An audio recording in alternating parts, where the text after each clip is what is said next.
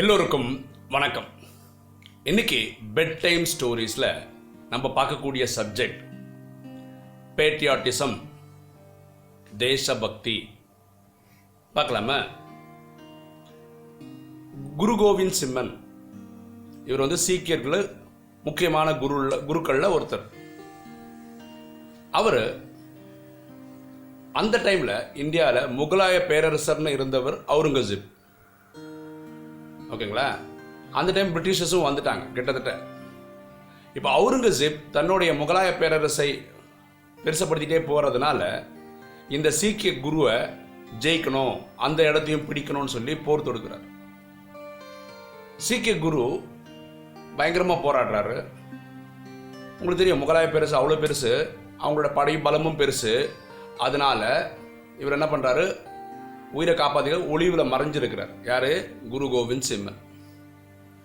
அப்போ குரு கோவிந்த் சிம்மனை பிடிக்கிறதுக்கு நம்ம சினிமாவில் வர மாதிரி ஒரு ஸ்ட்ராட்டஜி அவுரங்கசீப் பயன்படுத்துகிறான். என்ன தெரியுமா? குரு கோவிந்த் சிம்மனுக்கு 2 பசங்க, ஜொராவர் சிங், ஃபத்தே சிங், இப்படி 2 பசங்க. பெரியவனுக்கு ஒரு 12 வயசு இருக்கும், சின்னவனுக்கு ஒரு 10 வயசு இருக்கும். இவங்கள 2 பேருமே பிடிச்சிட்டு வந்துடலாம். ஓகேவா? பிடிச்சிட்டு வந்து எல்லா மாதிரி வழக்கம் மாதிரி பிளாக் இதுதான், உங்கள் அப்பாவை எங்கே இருக்காருன்னு சொல்லு. இந்த பசங்க சொல்கிறாங்க, எனக்கு தெரியாது, எங்கள் அப்பா எங்கே போயிருக்காரு தெரியாது, தெரிஞ்சாலும் சொல்ல முடியாதுன்னு சொல்கிறான் இந்த பையன். 2 பசங்களும் போட்டு சொல்கிறான். அவர் மிரட்டுறான், இந்த மாதிரி உங்களை கொன்னே போட்டுருவேன், அதுக்கு நான் பயப்படல அப்படின்றான் பசங்க. சரி, உங்கள் அப்பா எங்கே இருக்கான்னு சொல்லலாம், பரவாயில்ல, நீ சீக்கிய தர்மத்தை விட்டுட்டு இஸ்லாம் தர்மத்தை ஏற்றுக்கோ, அப்போ உன்னை உயிரோடு விட்டுறேன்னு சொல்கிறான். இதுக்கும் அந்த பசங்க கேட்கல. என்ன நடக்குது தெரியுமா? இந்த 12 வயசு பையனையும் இந்த 10 வயசு பையனும் நேருக்கு நேராக நிற்க வச்சு ஜீவ சமாதி பண்ணுறாங்க. அப்படின்னா என்ன? அவங்கள சுற்றி செங்கல் வச்சுட்டே வராங்க, அடிக்கிட்டே வராங்க. செங்கல் வச்சு மேலே மூடிட்டா என்ன ஆகிடும்? காற்று இல்லாமல் பசங்க செத்துருவாங்க இல்லையா? இதுக்கான ஏற்பாடு நடக்குது. ஒரு ஃபர்ஸ்ட் ரோ கல் வைக்கிறாங்க. அப்போ ஒருத்தர் கேட்குறாரு, தம்பி சின்ன பசங்கப்பா, நீங்கள் தயவுசெய்து உங்கள் அப்பா எங்கே இருக்கான்னு சொன்னால் அவங்க விட்டுருவாங்க, சொல்லிவிடுங்க. பசங்க சொல்கிறாங்க, கவலை இல்லை, பண்ணுங்க, கெட்டுங்க, எங்களுக்கு ஒன்றும் இல்லை சொல்கிறாங்க. அட்லீஸ்ட் தர்மத்தை ஏற்றுக்காங்க, இஸ்லாம் தர்மத்தை ஏற்றுக்காங்க, அவங்க விட்டுறோம். அதுக்கும் இந்த பசங்க தயாராகவே இல்லை. இந்த கல் வச்சு வச்சு வராங்களா, இடுப்பளவுக்கு வந்துடுது. இவங்க நினைக்கிறாங்க ஏதாவது ஒரு ஸ்டேஜில் இந்த பசங்க ஒத்துப்பாங்கன்னு. அப்போது உங்களுக்கு நல்லாவே தெரியும், 12 வயசு பையன் கொஞ்சம் ஹைட்டாக இருப்பான், 10 வயசு பையன் கொஞ்சம் ஹைட் கம்மியாக இருப்பான். அப்போ அந்த கல் வச்சுக்கிட்டே வரும்போது யாருக்கு ஃபஸ்ட்டு மூட முடியும்? சின்னவன் மூட முடியும். சின்னவனுடைய வாய் அந்த லெவலுக்கு செங்கல் வைக்கும்போது ஏன்னா அண்ணனும் தம்பி பார்த்துக்க முடியும். அண்ணன் அழுதுறான், அவன் கண்ணில் அப்படியே கண்ணீராக கொட்டுது.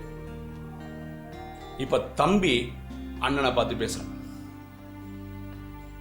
நீ இவ்வளோ ஒரு கோழையாக இருப்ப நான் நினைக்கவே இல்லை அப்படின்னு தம்பி அண்ணனை பார்த்து சொல்கிறான்.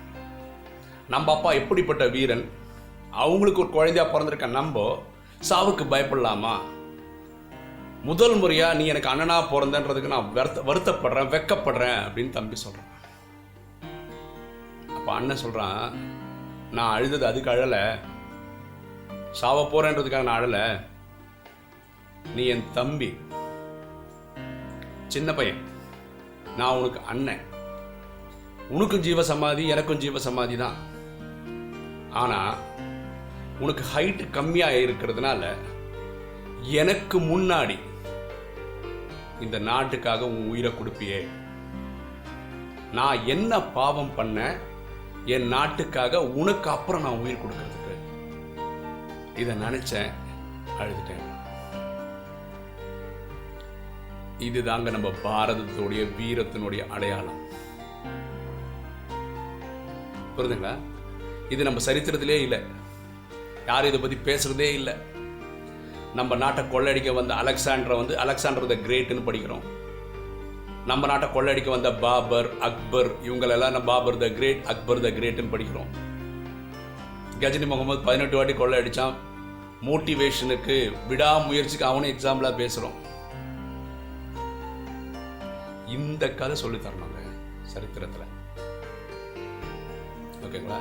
இந்த பெட் டைம் ஸ்டோரிஸ் போடுறதோட நோக்கமும் அதுதான். உண்மையான கதைகள் கண்டிப்பாக. இந்த கதை பஞ்சாபில் இருக்க எல்லா சீக்கியர்களுக்கும் தெரியும். ஏன்னா அவங்க தர்மத்தில் வந்த ஒரு சம்பவம் தான் அது. ஆனால் நம்ம ஹிஸ்ட்ரியில் அது வரவே வராது. ஏன்? ஹிந்து எழுந்து நிற்பான்ல, பாரதியன் எழுந்து நிற்பான்ல இல்லையா? அதனால இது தடை செய்யப்பட்டிருக்கிறது. முகலாய பேரரசிலே அவுரங்கசீப் தான் இந்தியாவில் நிறைய ஏரியாவை ஆண்டிருக்காங்க. அவனையும் பெருமையாக பேசிக்கிறாங்க. எவ்வளோ கேவலமான மெத்தடில் ஒரு ராஜாவை பிடிக்கிறதுக்கு அவங்க பசங்களை பிடிச்சி டார்ச்சர் பண்ணி கொன்று அந்த பசங்களை 2 பேருமே ஜீவசமாதி பண்ணிட்டாங்க. இதை கேட்கும்போதே ரத்தம் கொதிக்குது, உணர்ச்சி பொங்குது. இது பேர் தேசபக்தி. சின்ன குழந்தைங்க 10-12 வயசு பசங்க நாட்டுக்காக தர்மத்துக்காக இல்லை இன்னுயிரை கொடுத்துருக்குறாங்க. இந்த பாரதம் அப்படிப்பட்ட நாடு, வீரர்கள் நிறைந்த நாடு இல்லையா? நம்ம பெருமை கொள்வோம். இந்த மாதிரி ஒரு குரு கோவிந்த் சிங் ஒரு ராஜா இருந்திருக்கிறார், சீக்கிய குருவாக இருந்திருக்கிறார். அவங்க 2 பசங்க பாருங்க, இவங்க தான் ராஜாவாக வந்துடணும். இந்த 2 பசங்களும் போயிட்டாங்க, நாட்டுக்காக இன்னுயிர் கொடுத்துருக்குறாங்க. நம்ம உண்மையான கதைகளை சொல்லி நம்ம குழந்தைங்களுக்கு வீரமும் தீரமும், அதுக்காக உடனே சண்டை போடணும்னு சொல்ல வரல. நம்ம நாடு எப்படிப்பட்டதுன்னு தெரிய வைக்கிறதுக்காக இந்த சம்பவம் சொல்கிறேன். ஓகேங்களா? ஓகே, உங்களுக்கு இந்த வீடியோ பிடிச்சிருக்குன்னு நினைக்கிறேன். பிடிச்சிருக்கோங்க லைக் பண்ணுங்கள், சப்ஸ்கிரைப் பண்ணுங்கள், ஃப்ரெண்ட்ஸுக்கு சொல்லுங்கள், ஷேர் பண்ணுங்கள், கமெண்ட்ஸ் போடுங்க. தேங்க்யூ.